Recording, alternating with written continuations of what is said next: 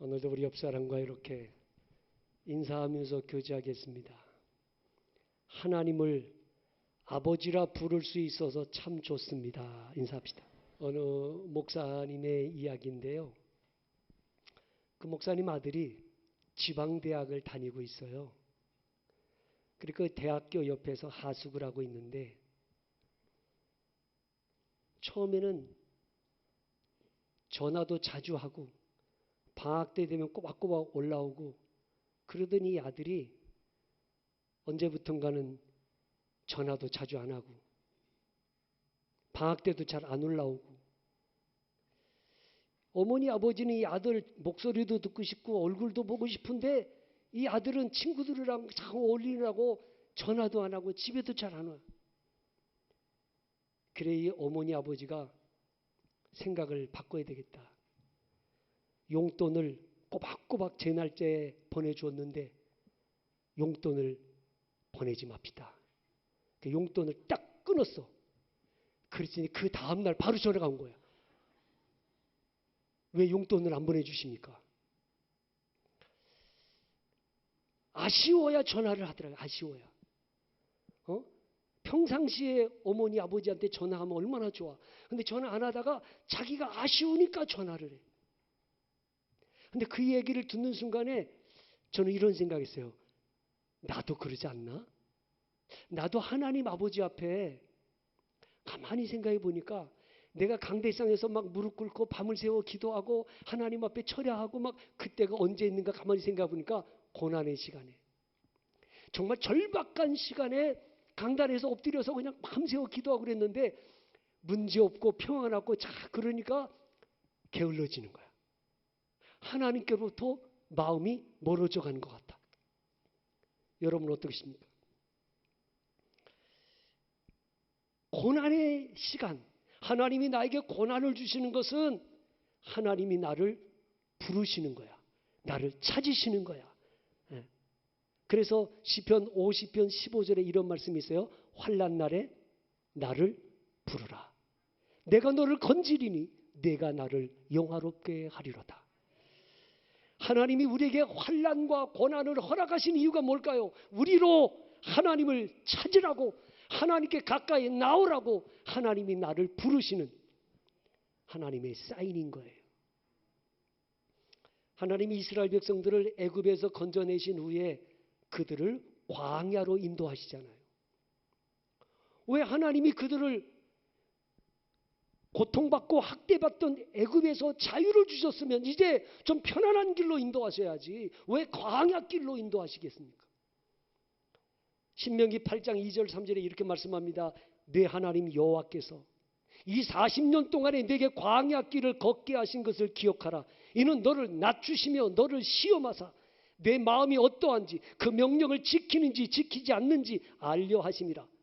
너를 낮추시며 너를 줄이게 하시며 또 너도 알지 못하며 내 조상들도 알지 못하던 만나를 내게 먹이신 것은 사람이 떡으로만 사는 것이 아니요 여호와의 입에서 나오는 모든 말씀으로 사는 줄을 내가 알게 하려 하심이니라. 다시 말하면 하나님이 이스라엘 백성들을 광야로 인도하신 목적이 뭐냐? 그들로 하여금 전적으로 하나님을 신뢰하는 훈련을 시키시려고. 떡으로만 사는 게 아니고 하나님의 입으로 나온 말씀으로 사는 것을 가르쳐 주시려고. 오늘 이 자리에 계신 여러분 가운데 지금 광야와 같은 힘겨운 삶을 살고 계신 분이 계시다면 하나님의 사인을 빨리 캐치하실 수 있기를 바라요. 나를 찾아라. 나를 만나라. 나를 붙들어라 라고 하나님이 지금 나에게 사인을 주시는 거 아니겠습니까? 서울시립대학교 교수로 재직 중인 바리톤 정기홍이라고 하는 교수님이 있어요. 제가 그분 간증을 영상을 통해서 들었는데요. 이분은 서울대를 졸업하고 이태리, 프랑스, 오스트리아에서 음악 공부를 하고 지금은 서울시립대 음대 교수로 재직하고 있어요. 이분이 외국에 가서 유학을 할 때 경제적으로 너무 어려우니까 이 경제적인 어려움을 해결하기 위해서 콩쿨 대회가 있으면 빠짐없이 다 참석하는 거예요. 왜? 그 콩쿨 대회에 나가서 입상을 하면 상금을 주니까. 그 상금을 받아서 생활을 해야 되기 때문에 그래서 콩쿨 대회가 있으면 다 참석했어요. 그래서 막 2등도 하고 막 입상하고 그리고 오페라 주역이 돼가지고 거기서 돈을 또 받기도 하고. 그러다가 독일에서 콩쿨 대회가 열리는데 최고의 상금 2천만 원. 그러니까 지금으로부터 20년 전일 거예요. 지금 그분이 59세니까. 그러니까 그분이 유학할 때니까 20, 30년 전이죠. 그때 독일에서 콩쿨 대회가 열렸는데 상금이 2천만 원이에요. 어마어마하게 큰 상금이에요. 저 돈 받으면 내가 유학 생활하는데 어려움 없겠다. 그래가지고 그 콩쿨 대회에 참석을 했어요. 어떻게 됐을까요? 2천만 원 받았을까요? 예선 1차에서 떨어져 버린 거예요.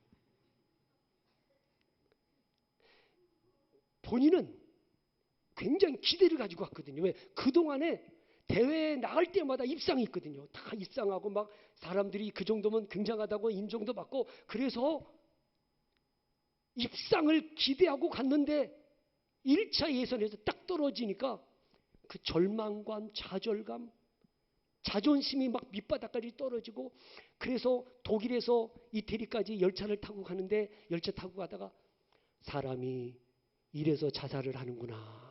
그런 생각이 들 정도로 죽고 싶을 정도로 괴로워가지고 가다가 그냥 중간에 스위스에서 내려가지고 그 스위스 강가에 앉아가지고 손에 책 한 권이 들려 있었는데 그 책 제목이 뭐냐 보니까 정금같이 나오리라. 그런 책이야.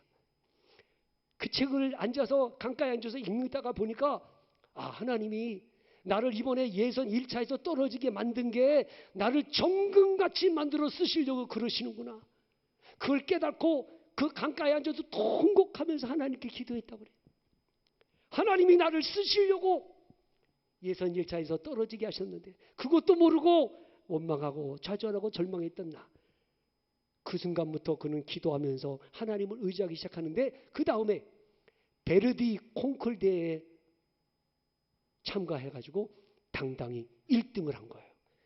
그리고 나서 승승장구 하나님이 그를 존귀하게 써주셨다고 간증하면서 그분의 간증의 타이틀이 뭐냐?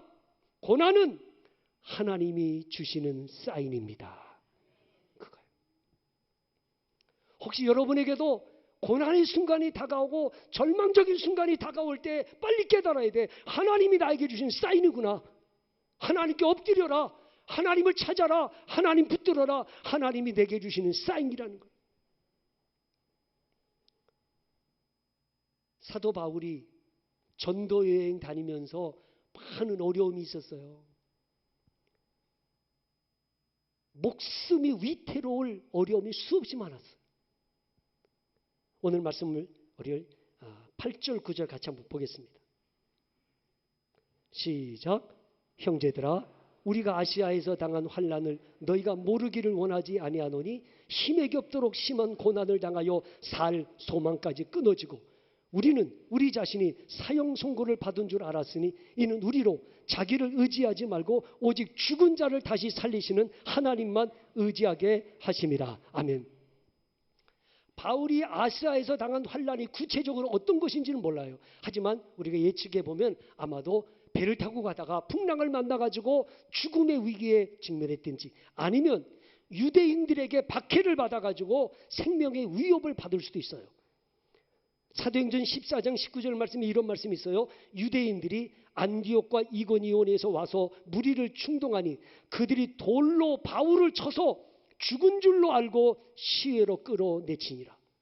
그러니까 바울이 돌에 맞아 거반 죽은 줄로 생각할 정도로 이렇게 바울이 복음 전하다가 수없이 많은 생명의 위협을 겪었어요. 그는 그때마다 이렇게 생명의 위협을 느끼고 죽음의 위기에 직면할 때마다 바울이 생각하는 거예요. 자기를 의지하지 말고 죽은 자를 다시 살리시는 하나님만 의지하기를 원하시는구나. 오늘 이 말씀의 핵심이 뭐냐? 바울이 고난은 하나님을 의지하라는 사인인데 내가 믿는 하나님은 어떤 하나님? 죽은 자를 다시 살리시는 하나님. 다시 말하면 내가 사형 선고를 받은 줄 알았다. 살 소망이 끊어졌다. 이 말은 뭐예요? 절망 중에 있다는 거 아닙니까? 절망 중에 죽은 자를 다시 살리시는 하나님을 붙들고 의지하라는 말씀입니다. 이사야서 38장 1절에 그때 히스기야가 병들어 죽게 되니 여호와께서 이같이 말씀하시기를 너는 내 집에 유언하라. 내가 죽고 살지 못하리라. 이때 히스기야가요, 죽음에 이르게 됐을 때 유명하다는 의사를 수소문해서 찾아다니지 않았습니다. 외국의 신하들을 보내가지고 좋은 약재를 구해오도록 하지 않았습니다. 히스기야가 어찌했습니까? 38장 2절에 히스기야가 얼굴을 벽으로 향하고 여호와께 기도하여 심히 통곡하니, 히스기야는 절망 중에 죽은 자를 다시 살리시는 전능하신 하나님을 붙들고 의지했어요. 그 결과 어찌 됐습니까? 38장 5절 6절 말씀에 여호와께서 이같이 말씀하시기를 내가 내 기도를 들었고 내 눈물을 보았노라. 내가 내 수 안에 15년을 더하고, 하나님이 히스기야의 생명을 15년 생명을 연장시켜 주셨어요. 사랑하는 여러분, 정말 절망 중에 있을 때 왜 하나님이 내 인생을 이렇게 힘들게 하나? 그리고 하나님 떠나가는 게 아니고 그 절망 중에, 고통 중에 하나님이 나를 찾으시는구나 라는 사인으로 알고 하나님께 더 가까이 나와 하나님 찾을 수 있기를 바라요. 전에 제가 안산제일교회 고훈 목사님에 대한 간증을 한번 들려드린 적이 있어요. 지금은 원로 목사님이 되셨어요.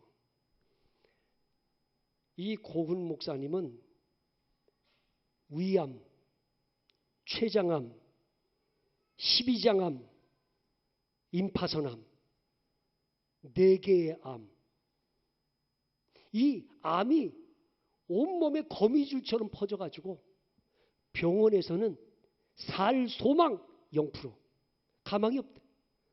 암이 한 가지도 아니고 4가지 암이, 그것도 췌장암. 여러분 췌장암 걸려서 사는 사람 보셨습니까? 위암, 췌장암, 십이지장암, 임파선암, 온몸에 거미줄처럼 엮여가지고 병원에서는 가망이 없다는. 그런데 이분이 이렇게 암과 8년 동안 그래도 사투를 벌이다가 8년 만에 쓰러지셨어요. 쓰러져가지고 폐혈증, 합병증으로 쓰러지신 거예요. 5일 동안 혼수 상태에 빠지셨는데, 그때 온 교인들이 목사님을 위해서 기도하고, 목사님도 그 중환자실에 누워가지고 의식이 계속 하나님께 기도하면서 있었대요. 근데 그때 이 고은 목사님이 드렸던 기도가 이런 기도였어요. 주님, 나는 주님을 사랑합니다. 내게는 주님밖에 없습니다. 나의 힘이 되신 하나님, 그 무한한 힘과 능력 누구에게 주시려고 갖고 계십니까? 그 힘 많이도 말고 제가 일어나 걸을 수 있게 조금만 내게 주십시오. 나의 힘이신 하나님, 내게는 주님밖에 없습니다. 병상에 누워서 간절히 그 무한한 능력 누구를 주시려고 갖고 계십니까? 나에게 조금만 주십시오. 걸어서 일어날 수 있는 힘을 제게 주십시오. 기적같이 깨어나시고 일어나셨어요. 지금 그분이 8년이 넘었는데도 지금도 설교하고 계십니다. 놀라지도 않아요, 여러분들은. 여러분 가능하겠습니까? 세계적인 재벌 스티븐 잡스, 애플사 스티븐 잡스가 그 젊은 나이 40대에 세상 떠났습니다. 왜? 췌장암 때문에. 췌장암에 걸려서 산 사람이 거의 없어요. 근데 이분은 암이 4개예요. 그래 거의 뭐 위도 잘라내고 치비장도 잘라내고. 그런데 지금 8년이 뭐야? 2010년도에 그랬으니까 9년이 지났어. 근데 지금도 설교를 하고 계셔. 우리가 믿는 하나님은 죽은 자를 다시 살리시는 하나님이세요. 여러분, 사람의 힘으로 어쩔 수 없는 절망적 상황이 이르렀을 때 사형 선고를 받은 줄 알고 살 소망이 끊어진 상태에서 하나님을 의지했더니 하나님이 다시 일으켜 주셨어요. 오늘 저 여러분의 삶 가운데 정말 절망적 상황에 이르렀을 때, 앞이 캄캄할 때, 도저히 앞이 보이지 않을 때, 그때라도 절망하고 포기하지 마시고 죽은 자를 다시 살리시는 하나님, 그 하나님을 찾고 그 하나님을 붙들고 믿음으로 일어설 수 있기를 바랍니다. 우리 다 같이 10절을 한번 읽어보겠습니다. 시작. 그가 이같이 큰 사망에서 우리를 건지셨고 또 건지실 것이며 이후에도 건지시기를 그에게 바라노라. 아멘. 하나님의 구원의 역사는 과거, 현재, 미래 멈추지 않고 계속된다는 걸 아셔야 합니다. 오늘 말씀 보세요. 그가 이같이 큰 사망에서 우리를 건지셨고, 이건 과거입니다. 과거 건지셨고, 그 다음에 건지실 것이며, 이건 현재입니다. 그 다음에 이후에도 건지시기를 그에게 바라노라. 미래를 말하는 거 아닙니까? 과거, 현재, 미래. 지난날 과거에서 나를 건져주신 하나님, 오늘도 나를 건져주실 것이고 이후에도 나를 건져주실 것이다. 사실은 오늘 이 사도 바울의 이 말씀 속에는 지금 내가 죽음에 이르는 절망적 상황에서도 하나님을 의지해야 되지만, 그러나 더 중요한 것은 우리가 죽음에 이르게 될 때, 그때 죽은 자를 다시 살리시는, 부활케 하시는 그 하나님, 부활신앙을 부여잡고 죽음 앞에서도 흔들림 없는 믿음의 사람이 되어야 한다는 걸 말하려고 하는 거예요. 부활신앙을 말하려고 하는 거예요. 죽은 자를 다시 살리시는 하나님.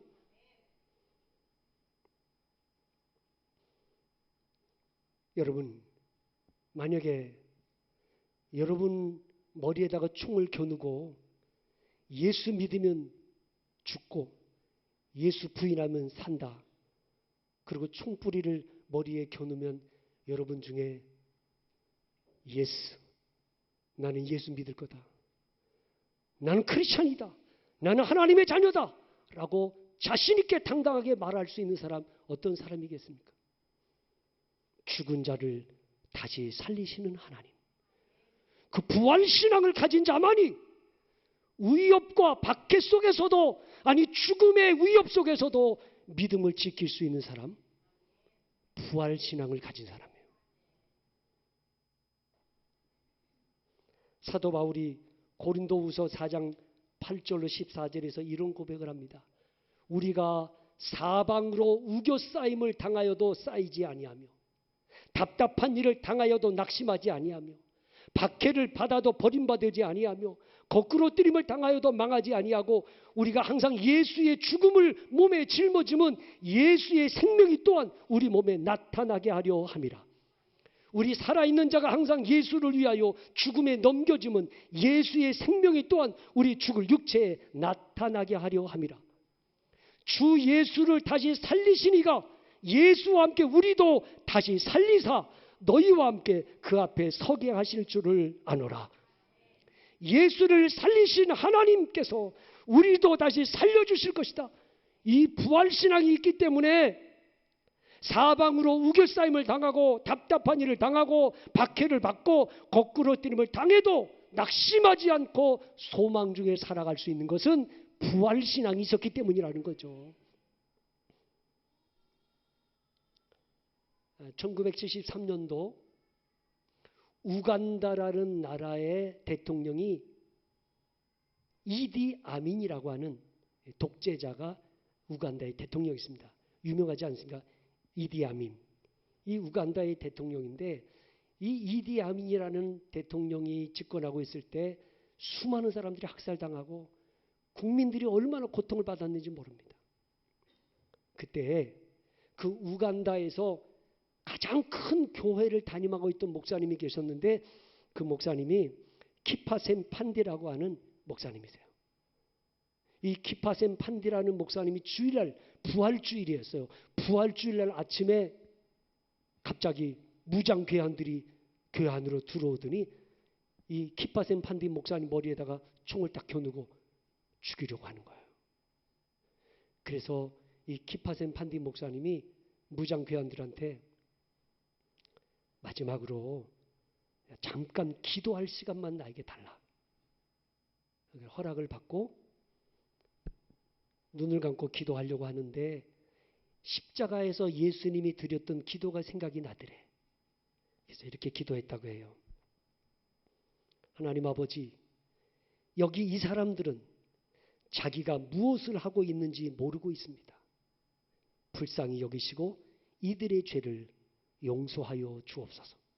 간단하게 예수님이 십자가에서 드렸던 그 기도처럼 자기가 하는 일을 이들은 모르고 있습니다. 이들을 용서해 주십시오.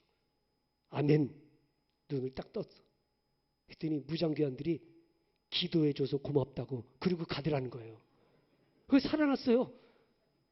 이 키파센 반디 목사님이 간증을 하기를, 나는 그때 총불을 내 머리에 겨눴는데 하나도 두렵지 않았습니다. 왜? 그날이 부활주일이었으니까. 나는 부활신앙으로 가득했고 죽어도 다시 살리시는, 죽은 자를 살리시는 전능하신 하나님, 그 부활신앙이 있었기에 나는 두렵지 않았습니다. 죽고자 했더니 하나님이 살려주셨습니다. 오늘 여러분, 우리에게 어떤 위협과 박해가 닥친다 할지라도 두려워 떨지 마시고 부활신앙을 가지고 믿음 위에 굳게 서는 사람이 되었으면 좋겠습니다. 고난은 하나님이 우리에게 주시는 사인입니다.